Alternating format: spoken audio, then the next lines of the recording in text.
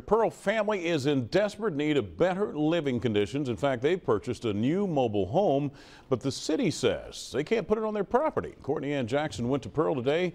She has the details. And Courtney Ann, this is their property. So what's the big issue here? What's going on? Well, Howard, this all comes down to a zoning issue, actually. But for the Wilson family, they say it's a family issue.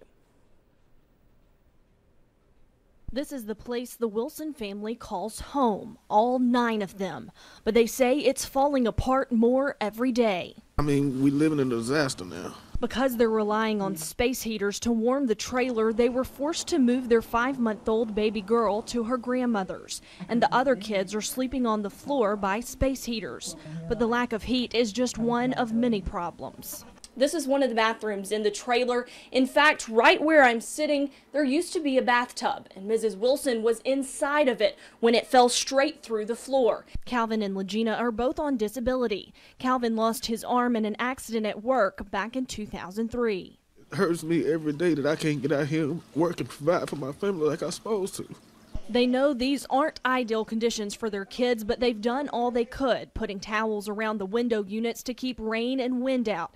And they saved for 6 years, allowing them to buy a brand new 2013 mobile home. So we have went without trying to make sure we save money, get money to have something better. The Wilsons completed the application for conditional use, even had neighbors within 300 feet of them sign that they approved the new double wide.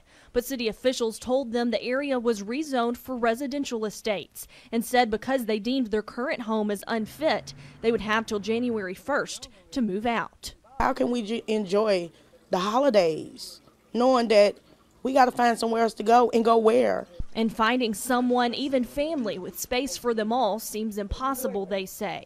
I don't want to be away from my children. I want them with me. I don't want to have to separate them. Now, I did talk to Pearl Mayor Brad Rogers about this tonight. He says that while this is an unfortunate situation, it all comes down to zoning. When this area of Rankin County was annexed by Pearl, they did a blanket zoning for residential estates. That means if families had a mobile home that was habitable, they could stay. The problem for the Wilsons is that new mobile homes are not permitted, and the city deemed their current home as uninhabitable. Now, the likelihood of conditional use being granted is slim.